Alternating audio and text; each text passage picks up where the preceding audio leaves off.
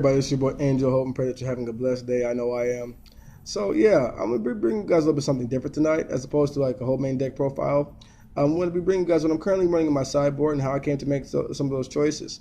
As you guys all know, that we have a really wide and diverse meta. There's a lot of different strats going around, a lot of different decks topping, and just a lot of different choices for players. And I love when the games like that, wide and free, because to me it just adds more skill to the game and just more overall fun.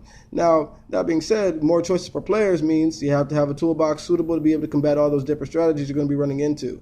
So without further ado, I'm going to be showing you guys a couple of things that I'm using to combat the meta, and perhaps you guys even have some suggestions for me down in the comment section. I'll be on all ears to hear them. So let's get started.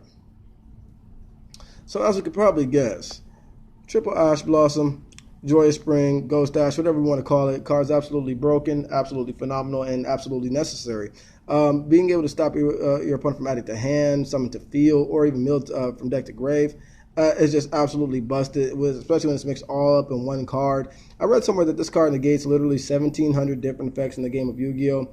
And I firmly believe that when it can do all three of those things simultaneously, it's, as I said, it's very necessary to run today's format. If you can pick up a play set of these, or even at least get your hands on two, trust me, invest into it if you're a competitive player, because you're really, really going to need it. You won't regret the investment either. Trust me. Triple Ash, that's what I'm running, and it wins you games.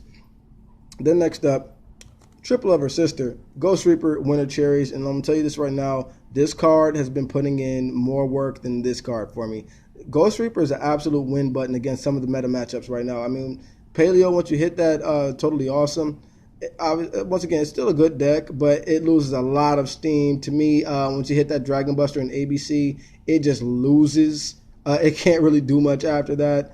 If you're playing anything, decently competitive against it, it's just this card is just so devastating right now. And to me, as we go into what could possibly be Spiral format with the release of Double Helix on the horizon, this will even be more popular and more powerful and more important, obviously. I think you guys should pick up a playset if you don't already have one.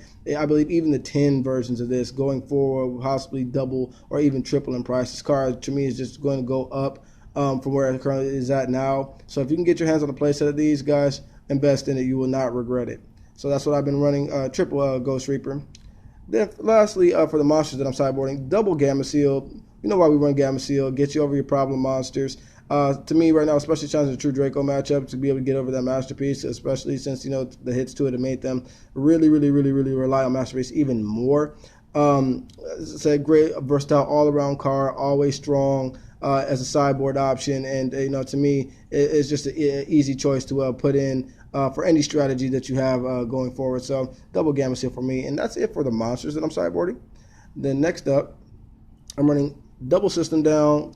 Once again, I like to run win buttons, auto wins your ABC matchup almost, to be able to banish the monsters on the field, graveyard, etc. Just pay 1,000, pretty much just get you there versus ABC. And ABC is very heavily played and prevalent right now. It's just a great all-around card, and to me, I just I think it's just absolute necessity to at least have in your toolbox for the format that we're in.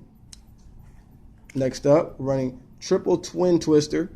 Once again, blowout in your Paleo matchup. Solid, versatile card all around. Gets pretty much everything that's out there.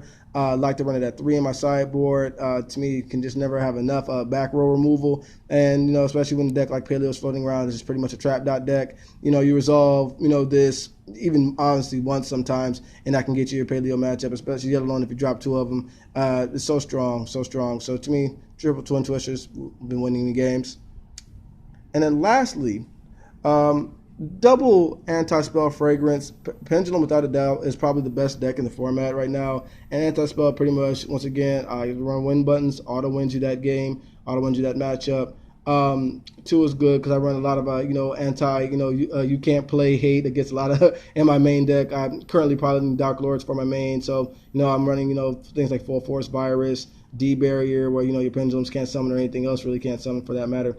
But double Anti-Spell Fragrance, as we said, they need their scales. They have to be able to set their scales. If you have your anti-spell face up there, they really can't do much. And as I said, just kind of, you play it and you win. That's how I like to augment my strategies, when I'm in game, just play things that shut my opponent down And this is what the lineup has been working for me. Obviously, 15 cards total, double anti-spell. To me, once again, just wins you that pendulum matchup. It's a great card, and so that'll wrap up, guys, for my sideboard profile. If you have any suggestions to me, things that you guys have been utilizing to win you games, things that you've been using for spicy techs your opponent doesn't see coming that are strong in the current meta, hey, let me know down in that comment section. I'm obviously always open to learn new things, absorb new knowledge, especially for my subs, guys. Thank you guys for 37 subs. And speaking of which, special shout out to You Got Bashed. He's a sub of mine. I played him on Yu-Gi-Oh! Dawn of a New Era. I believe it was yesterday night. He recognized me, and I thought that was really, really good, guys. I felt, I felt, very special, if you will. I mean, for lack of a better term, sorry to be corny, but, I only have, like I said, I'm a small channel, whatnot, and to be able to be recognized by a sub like that, I promised him I'd shout him out, guys. So once again, shout out to You Got Bashed, and, guys, shout out to all my subscribers. You guys have been amazing. I've only been up and doing this for a little over a month. I already have 37 subs. Just ever growing, and thank you guys. I really appreciate it. So this has been your boy Angel. This has been my sideboard deck profile, if you will. Thanks. Have a blessed day. May the good Lord bless you in all your endeavors in your life. Thanks and peace.